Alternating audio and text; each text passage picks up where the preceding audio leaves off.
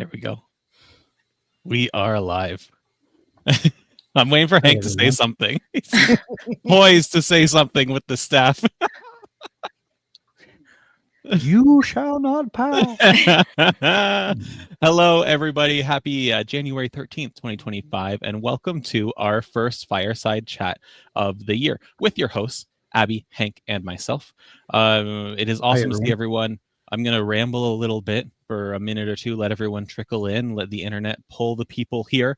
But for a reminder for people who have been to Fireside Chats before, or to let you know if this is your first one, a Fireside Chat here at Dabble is just a very casual, very chill, kind of sit back, chat amongst each other about a topic, about writing, and just see what happens of it.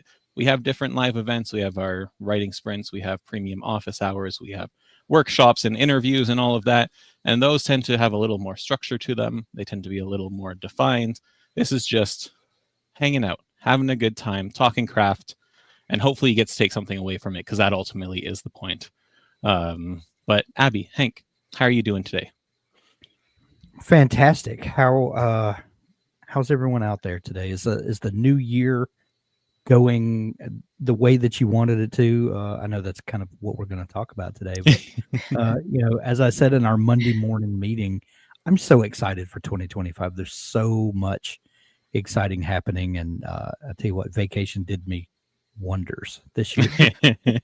And Abby, how are you doing? I'm doing great. This weekend, I finished plotting my work in progress. So I feel like I'm hitting Monday morning, like ready to go. Awesome. I'll get that 800 words you challenged me to get in the writing sprint, Hank. So. Speaking of trial by fire, Abby has survived her first week here in the Dabbleverse, and still has a smile on her face. So that's amazing. Yeah. You guys haven't broken me yet. So. And just a reminder to everyone who's joining us or watching this afterwards, Abby is new to the Dabble team, and she is looking after the community over at the Storycraft Cafe. She will be engaging with you there, joining us for some awesome live events here, and just helping us bring very cool stuff to writers and dabblers for this year, next year, for the first, forever. Like, you're locked in now, I think. So I retire. All right. I want to say hello to Renee and Erica and Sarah and everyone else who is joining us. And again, anyone watching afterwards. So with this Fireside Chat, we're calling it 2025 as the year of your story, because we want every year to be the year of your story here at Dabble, but we have had so many new people join us in the last couple months, and so much great momentum from October and November and into December, that we just want to really focus on that, really embrace it, and help you get the story written that you want to write. That's really what we're doing here. That's the whole purpose for our being here at Dabble. So it's very exciting. So I think we're going to take this Fireside Chat to reflect on what we did as writers last year, what we did as a community last year, and then look forward to what's coming up this year. And along the way, you're going to hear, as I said to my two fellow co-hosts, you're going to hear a lot of I's. I did this, I did that. But I really want you to focus on what you want to do in 2025. What's the story that you want to write? Where are you in the drafting process? What characters are you excited for? We want to hear all about that throughout this chat or in a comment afterwards. So without further ado, I'm going to push it over to one of you two. How about we go with Abby, because you're newer. Okay. Tell me about some of your writing wins in 2024.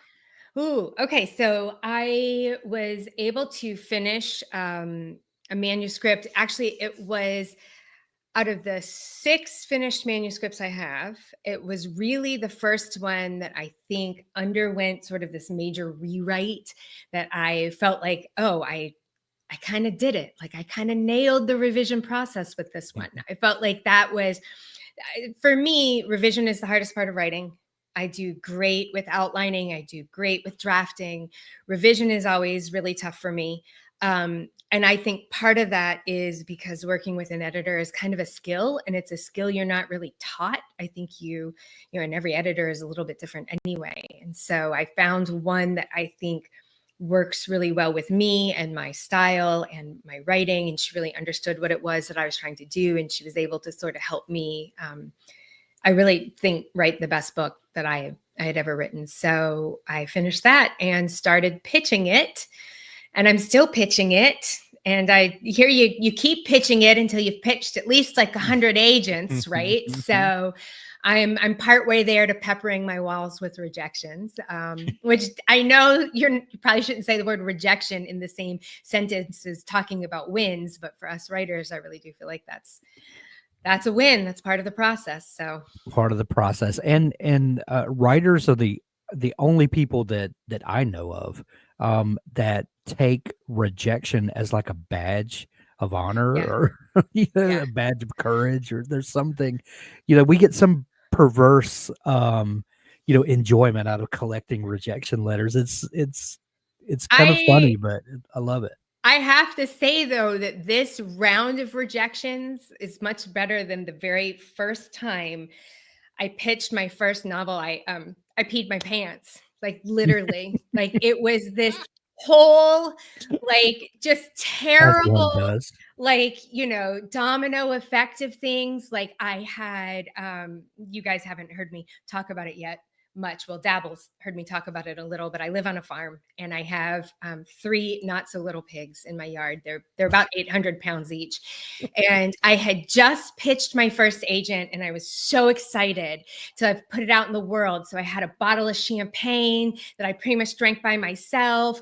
And then next thing I know, I have a neighbor who's honking in my front yard and he's yelling, "Your pigs are out, your pigs are out." And so I go outside and sure enough, there is this in my wooden fence. It looks like the Muppets when like Gonzo goes through the hole and it's shaped like Gonzo. It was like a pig shaped hole in my fence. All 3 of my pigs were out running the neighborhood. So now here I am stumbling around, calling for my pigs. My dad's following after me with an umbrella, trying to like scare them back into my yard.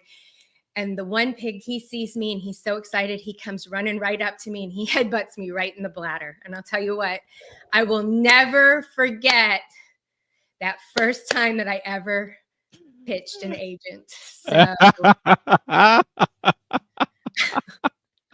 mean, welcome to Fireside Chat. So you're probably going to get more than you bargained for with me, boys. I might be the one breaking you. So. R.L. Platt said, "We do love to torment our main character, so we are okay doing it to ourselves too, LOL, or your co-host." I'm just like, I'm living my own story here, people. Beth said here, and aside to hello to Abby, Stephen King in On Writing famously has that nail on the wall that he would slam his rejections onto, hopefully not puncture his hand, because that's the vision I have when I slamming a rejection letter onto the wall. Yep. How, I guess, a quick little tangent, a little 2-minute tangent. How do you two handle any kind of rejection when it comes to an agent or a publisher or something like that? Because I'm sure there are a lot of people last year who queried and maybe didn't hear back or did hear back a rejection, or they're going to be querying this year, and like rejection is part of the process. It's not a fun part of the process. You don't always get headbutted by a pig in the Not process, always. but you don't always get Not hit always. by pig, but it's never 0%. Yeah, yeah. So we know now. Hank, do you want to answer this one? Because if not, I got a lot of things I could Go say. ahead. And Abby has to leave a little early today, so Abby, you're going to let me get talking out? Okay, yeah. Thank you. I'm working on being a gentleman in 2025. Thank you. So I have to say, like, the more times I've pitched and gotten rejections, I don't want to say the easier it gets, but the one thing that I think I've learned to help myself through the process is I've told myself that it sucks and it's kind of okay to feel sad about it.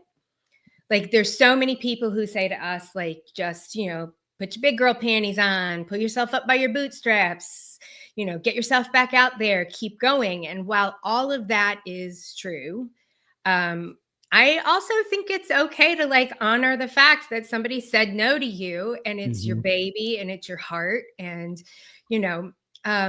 to me, I think the part that I've found the most solace in is if it's just a form rejection, as much as that hurts to know that you just got a form rejection, I have never gotten a rejection that says like give up, like Yeah. throw it in the trash can. Right. You should be doing something else. It's just this isn't for me. I mean, that seems to be the flavor of what I get coming through my inbox as a form. And so I kind of acknowledge the fact that, all right, so they lumped my manuscript in with a bunch of stuff that's not for them. That's okay. But what I like to really do, because I'm me, is I like to like print out my list of agents and take a good pen and really take joy in like scribbling their name out really good from the list. And then to me, that just feels like oh, you didn't want me? I don't want you either. Right. And so Beth here saying take some time to wallow, then get back out there. I love the resilience. Excellent. Hank, what about yourself? So I'm kind of a weird person in that I am sort of the eternal optimist. I like of course there are things that get me down and discourage me. Of course, I'm human. But in a case like that, I just think of it a little bit like Abby did. Well, I'm not a good fit for you. You're obviously not a good fit for me. Let's try something else. And one thing that I've learned about publishing over the last decade and a half or so is that it is a massive industry, and that every year more options open up for writers and for publishing. And if that there are more agents that you can find on Twitter if you can sift through the dumpster fire, and there are of all of them that you've ever seen, there are 5 times more than that. And it's just a matter of doing more homework to find more people, find small presses that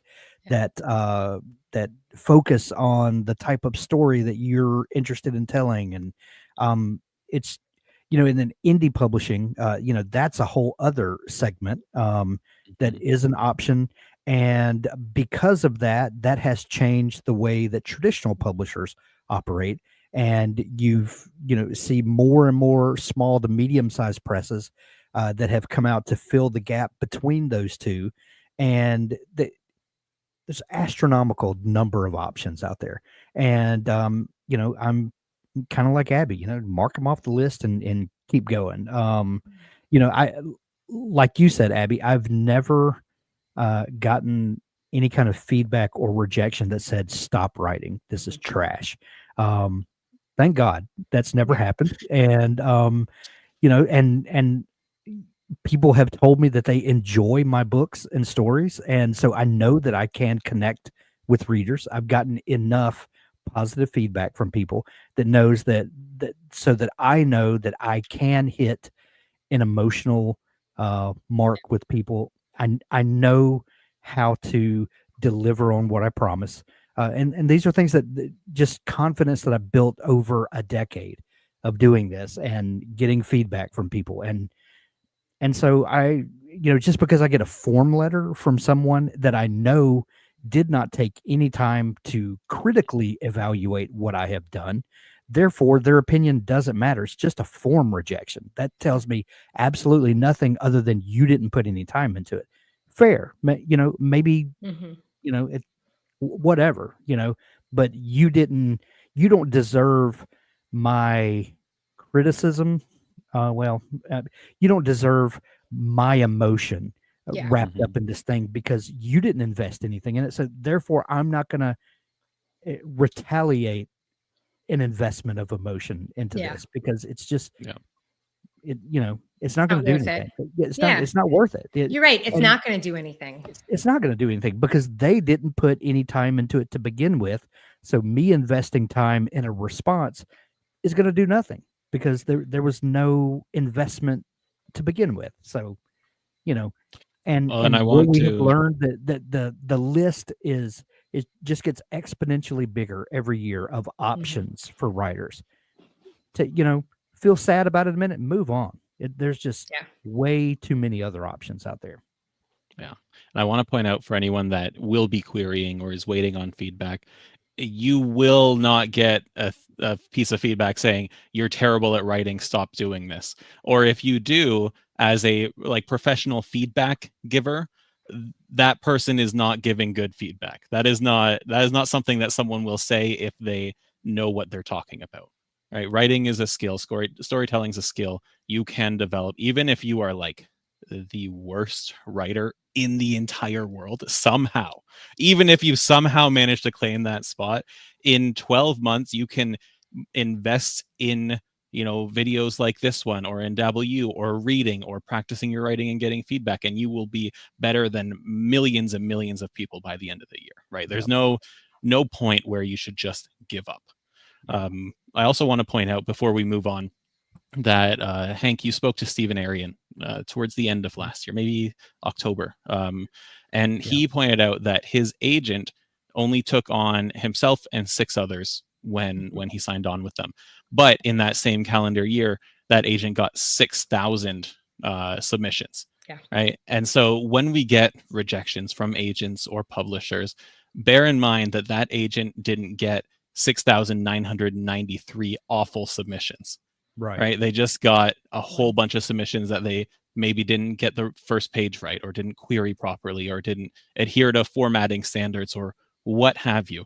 There are going to be amazing stories in that pile that just didn't get accepted by that agent. Yeah, it's really true. And, you know, I've had a couple manuscript requests, and whenever I get rejections from them, because obviously I'm not sitting here with an agent, so they've all been rejected, all the full requests. They've always been so nice and so lovely. And I have heard agents themselves saying that writing those rejection letters, even sending the forms, is like one of the hardest things that they do, because they do get so many great ones that come through, and, you know, they can't take everybody, you know, and you don't want an agent that's taking on everybody and their brother, because then they're not going to be giving you the time and attention that you need. So, you know, it's got to be a good fit on both sides. It's just a weird, like, blind date sort of situation, because you're making like a business decision sort of based on these really weird qualifications, you know, like, oh, I like their Twitter account, so I think I'm going to send them my book. But, you know. Now, so Abby, your big win from last year was finishing your manuscript, or getting it ready to get out there. I want to hear from everyone in the chat. Tell us what your best win of 2024 was when it came to writing, whether you finished a first draft, started it, you know, fell in love with a character, published, what have you. But Hank, what was your big win from last year? Oh, just one?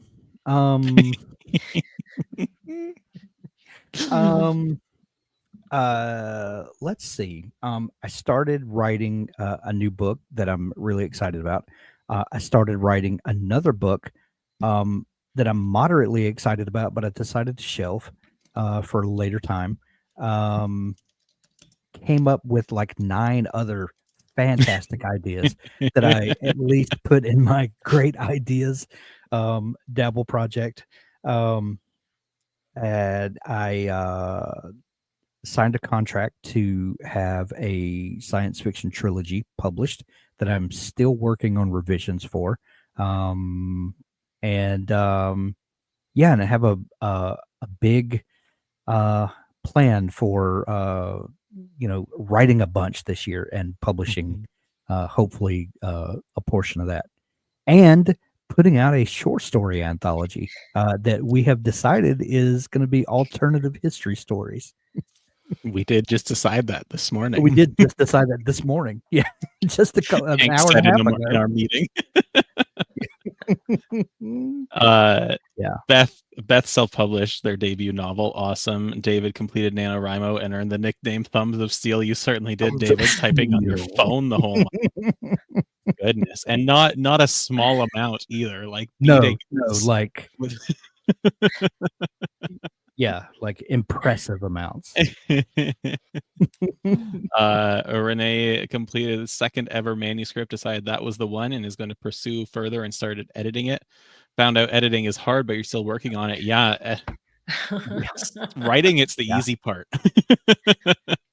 Yeah. Or at least the fun part. Look, we talk on the podcast all the time about the gift of anonymity, and that when you're writing, especially that first book, People talk about the toil and the stress of writing that first book and wondering if it'll ever get published, and all the anxieties that come with it. But what a lot of people don't appreciate is that moment in time is something you will never get back. You'll never be able to write a book with no expectations, with people not pestering you about when the next book's coming out. And there are a lot of authors that we kind of pick on about for writing these big series that will never be finished. And let's be honest, they'll never be finished. But anyway, Don't break hearts.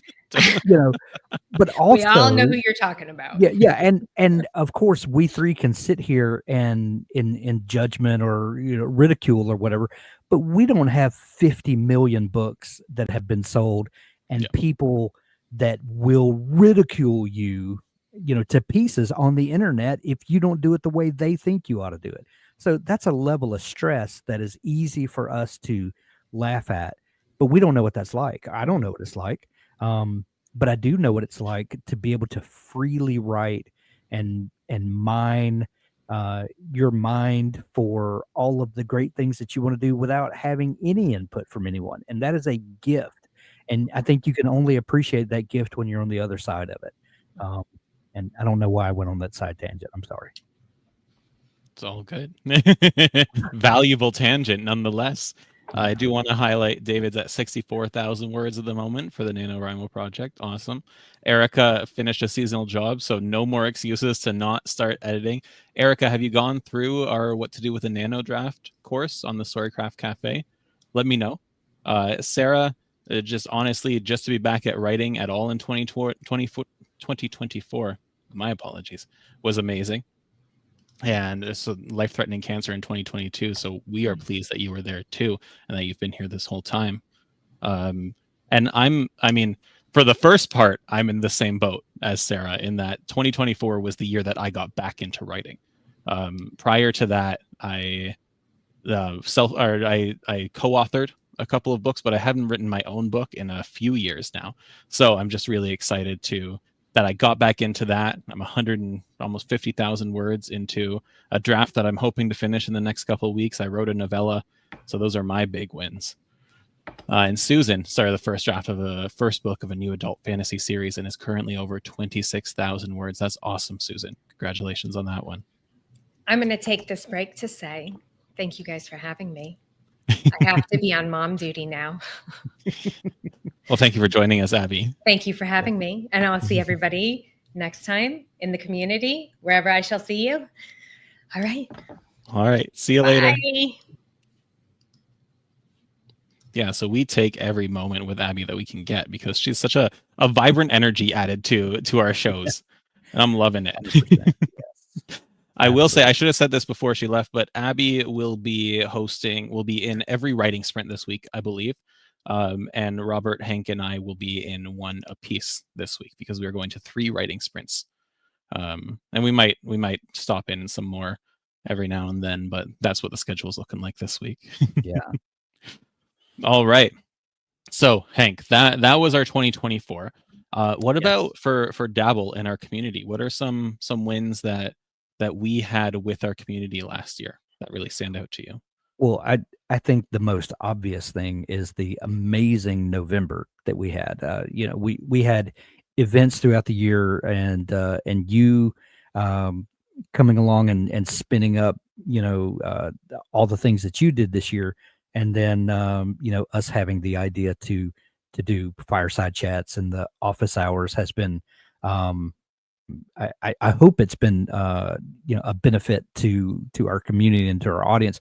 I know it's been amazing for me to have a co-host to bounce things off of and to get to generate some new content. So that was amazing. But November was amazing.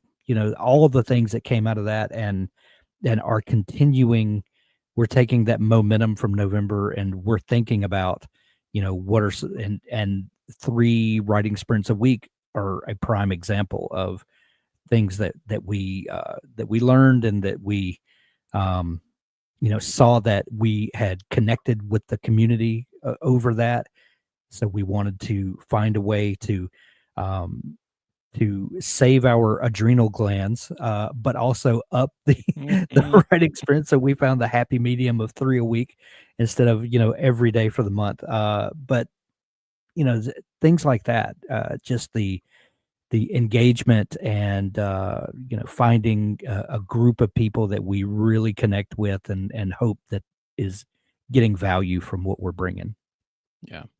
Yeah, absolutely. November was a ton of fun. I remember Yeah. I did the wrap up event, right? While y'all were having Thanksgiving, having a good time with your families, as you should be.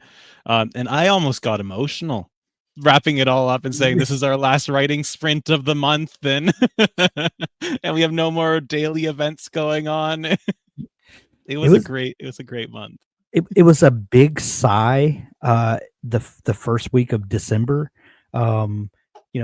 A bit of a relief to not have to be on camera every moment of every day. But also there was a melancholy, a bittersweet to it all for sure. Yeah, which is why we insisted we had to do 3 writing sprints and why we're bringing more live events, because we don't know what to do without you all. That's right. That's right. I also, if we can back it up a month, I really like the 60-day novel challenge that we did last year. Yes. So I know I have some Dabble Premium members in the chat here and who will be watching this afterwards. And I love all of the premium content that we do, and I adore doing the workshops and the office hours and all the bonus stuff that we bring to the premium experience. But the 60-day novel challenge was an opportunity for us to put together a very valuable resource, have very fun weekly events. And we had almost 900 people sign up for this challenge, which is just inspiration for what we're doing this year, where we're going to bring in similar challenges, maybe not as long, but maybe weekly challenges or monthly challenges. We're looking at things that we can do as a community to further your writing and to get you closer to what you want to do with all those words that you write, but in a fun way, in a way that we do it all together. So that was one of my highlights from last year for sure. All right. So now we reflected on 2024. I'm trying to be cognizant of time, trying to keep us to the hour mark today, Hank. So let's shift our view from behind and look forward to what's coming this year.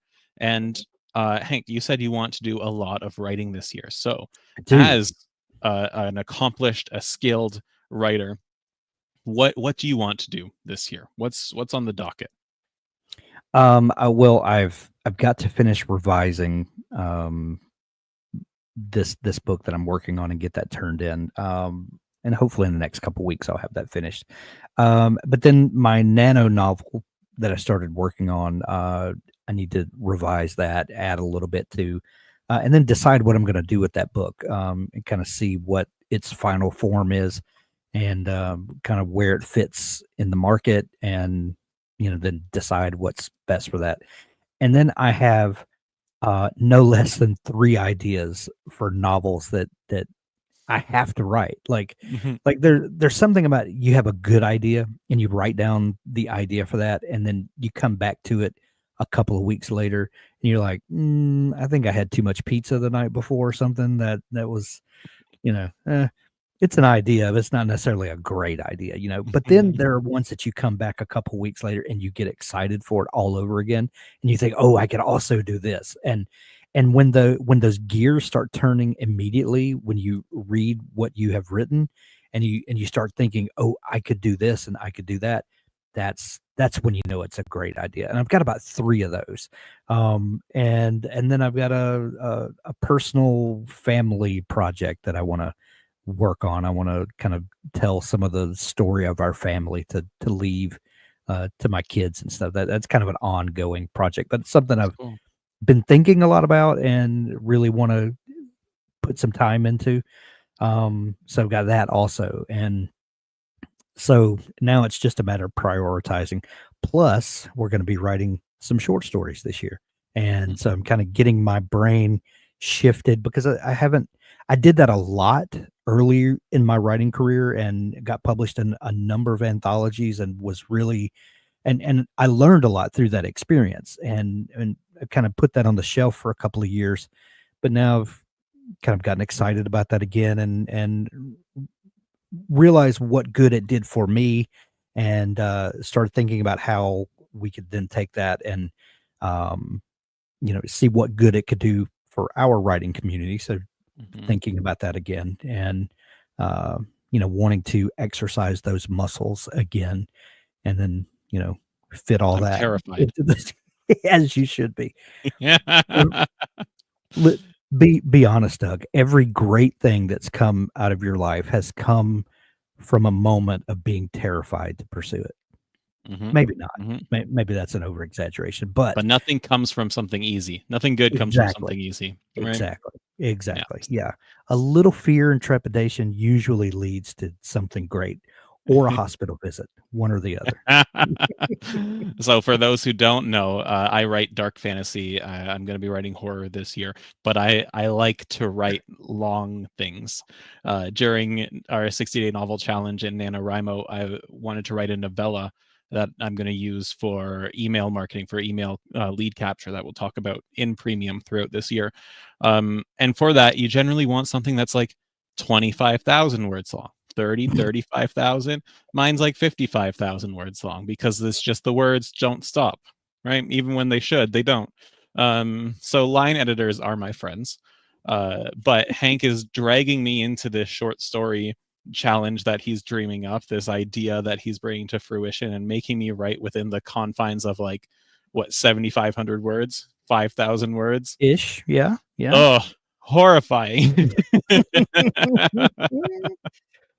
But honestly, Sarah loves writing short stories and is looking forward to see what we have in store. So it's going to be fun. And honestly, I can look back on that period where I was writing a ton of short stories, and I can point to tools in my writer toolbox that I accumulated from learning that skill. And just because you learn to write a story in 7,500 words doesn't mean that all your novels will magically get shorter, but it will help you to look at a scene or a subplot, or whatever it is in your book, and realize that it can be more dynamic. It can be more emotionally resonating. There's so much you can learn from the craft of short stories that then incorporate to your novel writing and just make you that much better a writer. Yeah, absolutely. It's not even about length. It's about the emotional payoff for the words per page. That's not a great analogy. That's no good at math, but I like it though. Yeah. Now, before I go into what my author goals are for this year, I do encourage everyone in the chat, share what you want to accomplish this year. And not just for the sake of sharing it and maybe being held accountable, but seeing what you are all interested in helps us gear what kind of stuff we come up with to support you. So yeah, share it in the chat, or if you're watching afterwards, share it in the comments.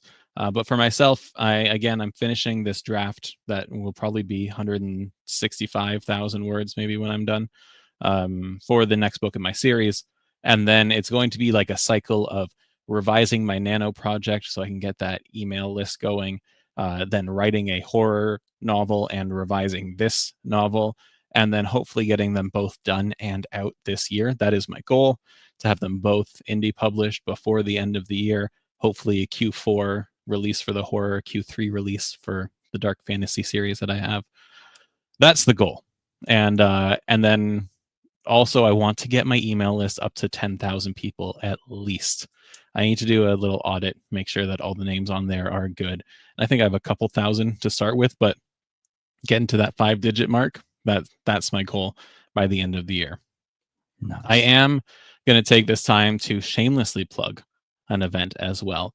On Thursday, on Thursday after our writing sprints, so at 2 p.m. Eastern, I'm going to be writing a goal-setting workshop for authors. And it's about setting goals that are actually going to help you and that you're actually going to stick with. And it's going to be very practical. We're going to dive into how to set these goals properly, how to look at bigger goals and break them down into milestones, and then actually get them set up so that you can accomplish them this year. So that is on Thursday. I'll get a link for that and drop it in the chat next time I prompt Hank to speak. But I hope to see a whole bunch of people there so we can just hit 2025 with all the momentum that we can. Oh, yeah. Now, Hank, when it comes Yes. to all these big, lofty writing goals that we have, Yes. there will inevitably come a time when motivation just isn't there. We experience it in November, but that's a very constrained, dense time period, right? But when it comes to having a whole year, say, to write a novel or 3 novels, how do you stay motivated when motivation just doesn't want to come? Um, I don't I don't really struggle with motivation Okay. per se. And one way that I think helps me to not struggle with that is to have ideas that I'm passionate about. And one very practical thing that I do, and I mentioned it earlier, is I have a Dabble project with ideas, and I'll create new books within that, and I'll just kind of um, stream of consciousness, just kind of put all the ideas I have for that story. And then when I have another great idea, I'll create a new book within that project, and I'll stream of consciousness, put all the crazy dream ideas that I had in there. And then I try to do it every week, but sometimes it's every couple of weeks. I'll open that up and just kind of go through those. And inevitably, if what I'm writing at the moment I'm just not passionate about, I'll go kind of flip through there and I'll find something that does intrigue me, or that kind of starts those wheels turning, and you start thinking of other ideas. And sometimes I found that the the problem with what I'm currently writing that I'm just not excited about, I'll start looking through those story ideas and I'll find something that will work in the story I'm writing that I've written over there. And maybe it's a rework to make this idea fit in the story I'm writing. Um, or whatever. Sometimes it's just like a story thread over here that I didn't see that it connected. My buddy Deadweiler book that I started writing for Nano this year. I had a very similar situation like that. That I had a prologue that I had written for a completely different book. I mean, nothing similar about these at all. But I realized when I was reading back through some of those ideas, I was like, this is the perfect kind of glimpse into the past of this story I'm telling. I mean, it fits perfectly. It's almost like it was written for this and I just didn't know it. So I'll do things like that. And then, it gets me excited again for the thing I'm writing. Um, I think it all comes down to, if you are a writer, you should be taking notes all the time, of story ideas that you have, of little things that will help you unknot story knots, and they just be writing all the time, even if you feel like it doesn't apply to what you are working on at the moment. Find a place where you can jot those ideas, because inevitably those things will resurface, and your subconscious mind has a way of working out problems for you, even when you don't think it's happening. But have a place where you can write that stuff down. And that's just my big motivator, is just trusting that all the crazy ideas I have, write them down, and they'll they'll be useful one day. And No, so that's kind of what I do. I'm that's a excellent. strange animal, but anyway. Well, no, and I mean, we've been saying for over, I guess, a year now since we started doing these live streams together, always be writing, right? But that transformed into no 0 days once Right, once the 60-day right, challenge and yeah, NaNoWriMo rolled around. So then when and we say no 0 days or always be writing, that doesn't mean that you have to sit down and write 5 pages, 10 pages a day. right, Right? It could be you jot down some notes for a future story, you write 2 or 10 words for your current story. You're just yep, always making progress forward. That's yep, the whole and point of and no that's 0 days. the way I interpret no 0 days is, Mhm. I have that project that I throw ideas in, and they may seem completely unrelated, and that's fine. I wrote a paragraph today, and one day that paragraph will get used for something, Mhm. and it will not have been wasted time. Yeah. I want to go through and just highlight the goals that have been shared for 2025. So Renee saying needs to decide between indie and traditional publishing, finishing editing, and then actually do the publishing thing. And we have the 2 premium workshops this month as well, the Pathways to Publishing and the deep dive into indie publishing. So I'm excited to share some of that information with you, Renee. Susan wants to finish my first draft by the end of March, begin edits for it, perhaps start writing book 2 during Nano. That's awesome, Susan. Love it. Sarah here, I'd be very pleased if I finished the first draft of my novel before the next Nano. Excellent. Sarah, where are you in that process? Give me a quick reminder, if you don't mind. And then David, final rewrite and edit of my first novel, final review and edit of my NaNoWriMo story, final draft at least of my second novel. Plotted out, if not first draft, of my third novel. Great goals. Very packed new year, but you can definitely do it. Maybe on a keyboard, David. I love seeing Doug. I love seeing people in the middle of projects. I love also seeing people that say in 2025 I'm going to write my first novel. I'm going to finally do it. I love seeing those. Please, if you're one of those people, welcome to the family. Come in. We're all here writers together. But I love it when people are in the middle of something and they've begun it and they're in the mix, in the thick of it, and they have a goal for the finish line. That makes my heart so happy. Speaking of, Sarah's 31,000 words into the draft. That's excellent. And what are you aiming for? Beth wants to self-publish your second novel. Awesome. And Banff volunteers, I'm assuming fellow Canadian. We're talking Banff, Alberta here, but I may be wrong. Any recommendations for a speech-to-transcript program or app, preferably free? I know this isn't related to our goals, but I figure if we have a question, I don't know a ton that are free is the only issue. Hank? I'll tell you what I do on the rare occasion that I do speech to text. I actually, in text messages and things I use speech to text quite a bit. But like in my writing, I've done some. But I have an Android phone, a Google Pixel is what I use. And I've heard people say that Android is better at this than iPhone. I can't speak to that. I don't have an iPhone. But if you have the Dabble app on your phone, as you should, you can. I'm trying to demonstrate live when I'm not prepared.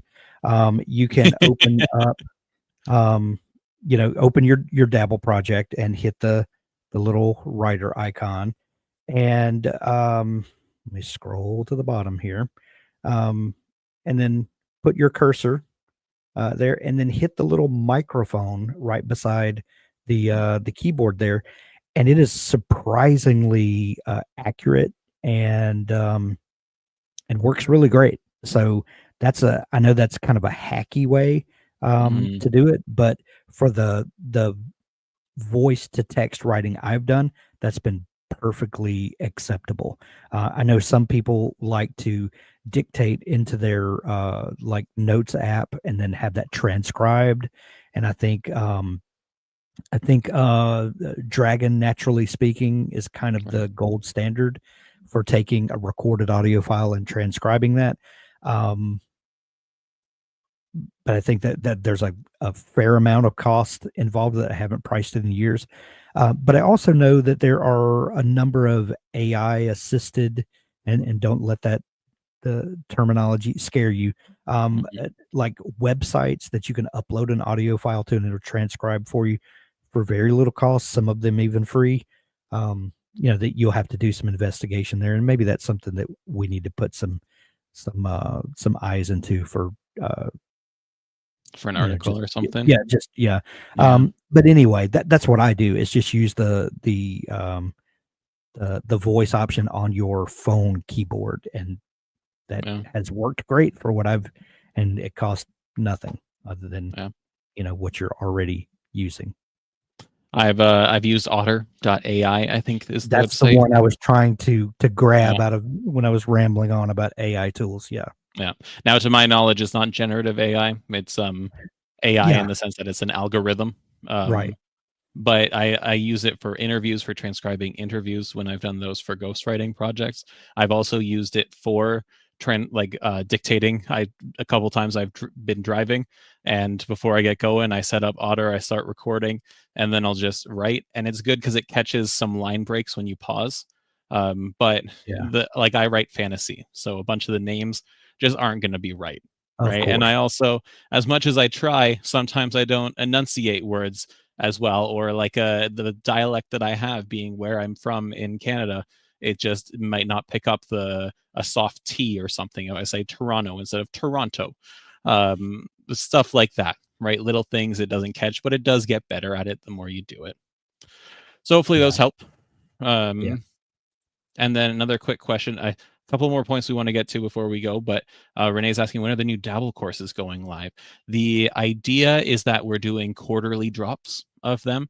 So I am starting to record one on characters shortly, and we'll have one on dialogue. And then, fingers crossed, Robert's probably going to get mad that I'm sharing this, but what I really want to get in this first quarter is a do-it-yourself 60-day novel challenge course, so that if you want to do it again, or if you want to do it with a bunch of friends or what have you, we have that resource available, not just in October and November. So Yeah. a little sneak peek. Thanks for coming to the show. Aaron Reynolds asking, how do you access the premium content? If you are a premium subscriber, go ahead. I'm going to drop a link to the Storycraft Cafe. That is our online community for dabblers and non-dabblers alike. But if you sign up with your same email that you use for Dabble Premium, you'll be added to the space there where we house it all. And you should be getting an email every other Monday from me for the premium newsletter. Just make sure that Doug at dabblewriter.com or team at dabblewriter.com are whitelisted in your contacts, or at least check your spam, because I might have ended up there. Here's, January to June, my goal is to transcribe my novel from 40 years ago verbatim. Love that. July to December, rewrite, submit to my old public school. I'm from Cool. Ontario. Currently live, work in Banff. Banff?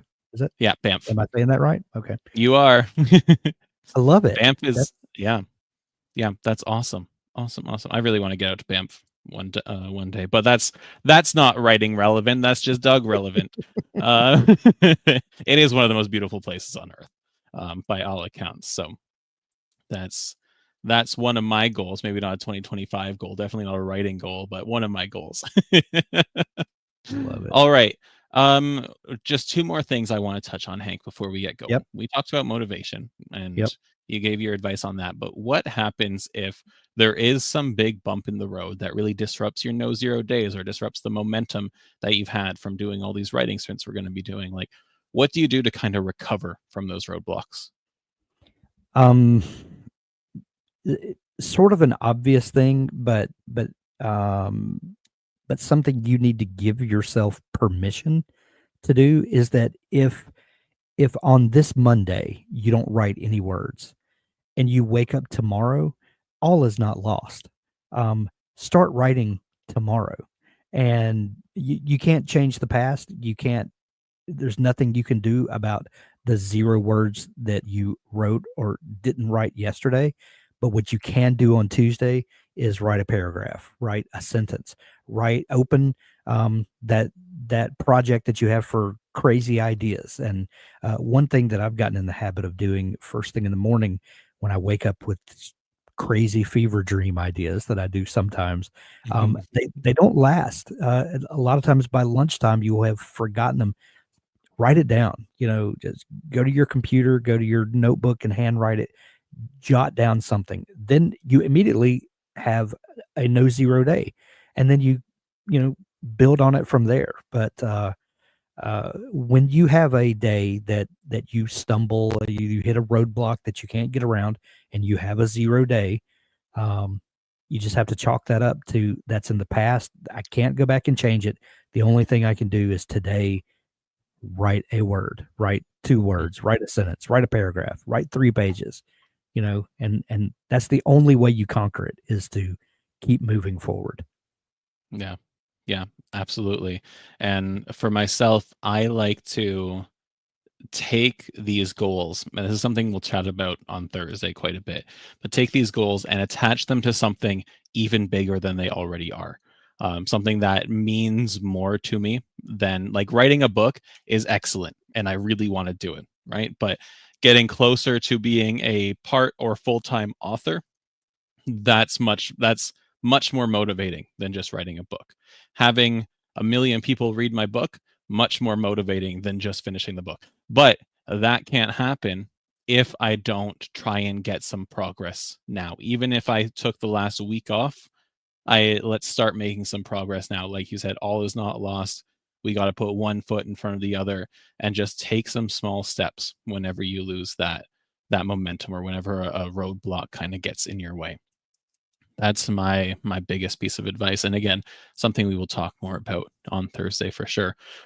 But yeah, that's really how I see it. And I think both, like, we love our no zero days, and so far this year, minus the first, I was doing a lot of traveling on the first, but the other now 12 days of the year, I've stuck to no zero days. But I think, Hank, both you and I, during that 2-week break that we had, did not stick to no zero. I wrote twice during that break. 0 times. Yeah. And it was good for us. Yes. I take that back. I actually journaled a bit, but I don't count that toward it. Was not fiction writing, but I guess it was writing, but it was not every day. But a couple of times but yeah, I didn't stress about it.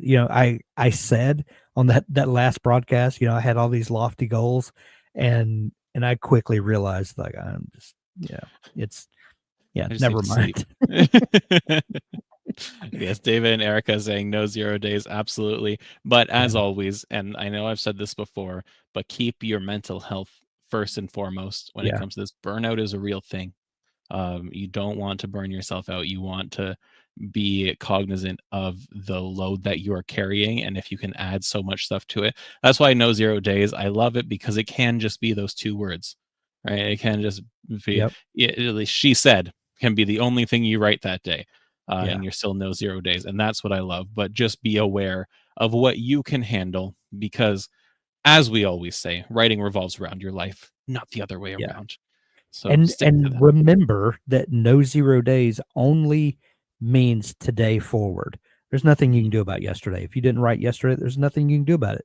But what you can commit to yourself or whatever is that from now forward, just give yourself permission to let the past be the past. There's nothing you can do about it. Yeah. Sarah has had no 0 days since January 4th. That's awesome. Awesome. Renee saying, I have trouble being okay with only counting 2 words, but working on that. Listen, 2 words is 2 words closer to your goal than 0 words is. And that's the whole point. It is, I mean, you'll feel better if you can write a whole page. Don't get me wrong. I know I feel better, but I think if you just embrace this, then those 2 words can do a lot more work than you think that they can. And to help with no 0 days, of course, a reminder that we are doing 3 writing sprints a week from now until a time eternal, the universe death via heat. I don't know. It's whatever comes first. But yes, we are doing Tuesday, Wednesday, Thursday, 12:30 p.m. Eastern writing sprints every week here on the channel. I think the next month's worth are already scheduled, so you can go ahead and check out our channel for that. There is only one more thing I want to mention, but Hank, you look like you want to mention something. I was just going to say that I don't know about you, Doug, but I personally am going to be utilizing the 3 writing sprints a week. And, I have a time where I can meet with my friends and write. Yes, I'm going to do it. Yes. Just don't tell our boss. Look, he gave us the keys to the, to the thing and said, so it's on him. And if you all keep showing up, then we can justify us writing with you. Right. So now it's not our responsibility, it's yours. How appropriate. How but they wanted us to do it, Jacob. Now, the only other thing that I want to mention as we look forward to 2025 and the year of your writing is a little teaser. I can't get too much into it, or we can't get too much into it, but there will be a new Dabble release this year, a big update bringing a whole bunch of new features and some refinement to old ones. And that it's going to be huge. It's going to be awesome. We're very excited for it. It will, like already, Dabble, in my humble opinion, unbiased opinion, is the best novel writing software out there. I thought that before I started working here, and it's only because I was using it before that I got the email if there were any copywriters out there. But now this next update is going to help take that next part, the revising part, the editing part, into the process, and just make it that much more seamless and easier, and quite frankly more fun for you to use. So that's the most I can say about it, though. And already I'm probably saying too much, but forgiveness, not permission, right? Exactly. Exactly. All right. So yes, that is 2025. So we looked back at 2024. We celebrated our wins. We learned some stuff from last year. We have so much stuff that we personally want to accomplish this year and accomplish as a community. I saw some excellent goals in the chat. Again, if you're watching this after the fact, let us know in the comments what you achieved last year, what you learned from last year, and what you want to achieve this year. Hank, is there anything else you want to say to the fine folks who have joined us today? Keep writing. Keep writing. And if you're, especially if you're in the first draft stage, it's always good to be thinking about your career as a writer and publishing, and those things are great. But especially if you're in the first draft stage, enjoy the writing. Enjoy where the story's going, how it's opening up. Look for those places where the story can surprise you, even if you're, a deep plotter, and, allow some magic to seep into your writing and just enjoy yourself. That's the one thing that I would say this year. Even if you have lofty goals and deadlines and things like that, don't forget that the reason all of us got into writing was to have fun, and because we felt like we had something to say, and rediscover that first love of writing and try to reconnect with that this year. That's one thing I'm doing, and I hope everyone else finds a way to do that for their writing as well. Well, I can't follow that up, and so I'm not going to. So thank you, everyone, for joining us. Thank you for watching after the fact. Thanks for participating, and we will see you tomorrow for some writing sprints. Bye for now.